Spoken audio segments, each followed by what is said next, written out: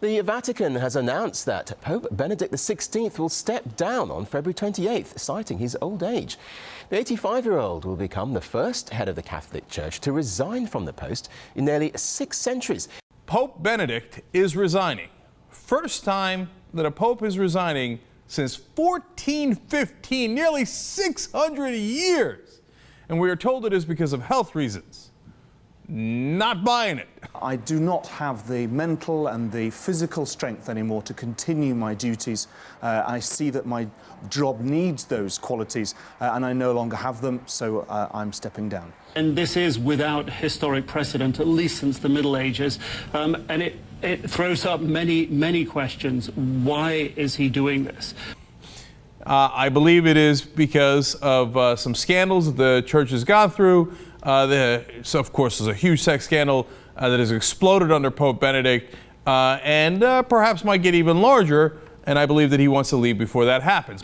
We know that this is a pope who has been criticized for his handling of the child abuse scandals that have wrecked the Catholic Church across the world. We know that recently there was a situation where a butler, a former papal butler, was imprisoned. The Pope forgave him just before Christmas, imprisoned for stealing confidential papers. That butler is now out and has been given another job within the Vatican See.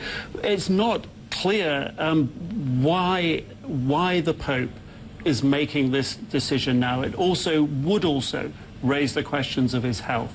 Is his health deteriorating? His physical health, his mental health? Could it be that it's because of his health? It could be, but usually when somebody says, I'm going to spend time with my family, that means they got fired or they want to leave before something explodes on them.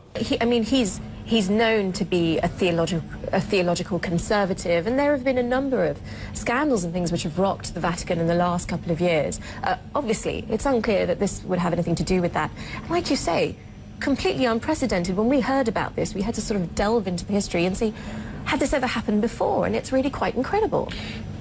It is incredible. As we know, popes normally die in situ. Then there will be a period where the cardinals come together and in conclave they will then elect from amongst them who will become the next pope. And this is what we're being told by the Vatican, the process that will begin on the 28th of February when the Pope's resignation takes effect and he steps down.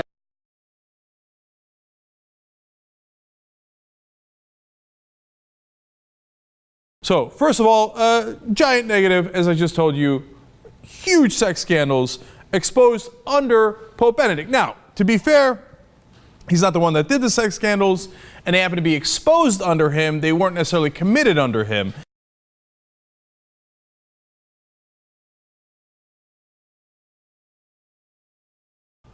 He never punished the bishops for the cover-ups. Never. Never. And by the way, before he became Pope, since 1982, he ran the office that was in charge of punishing the bishops for cover-ups. Never punished them. Okay? And so that's a giant downside to, obviously, his reign here, that there wasn't significant accountability for the horrible sex scandals that happened. Look, there's one that's brewing now in Los Angeles. We already know about it. Could it get worse? In 2010, it was all over the world. We had thousands of people come out in Europe, Australia, South America, and obviously before that all over the United States as well.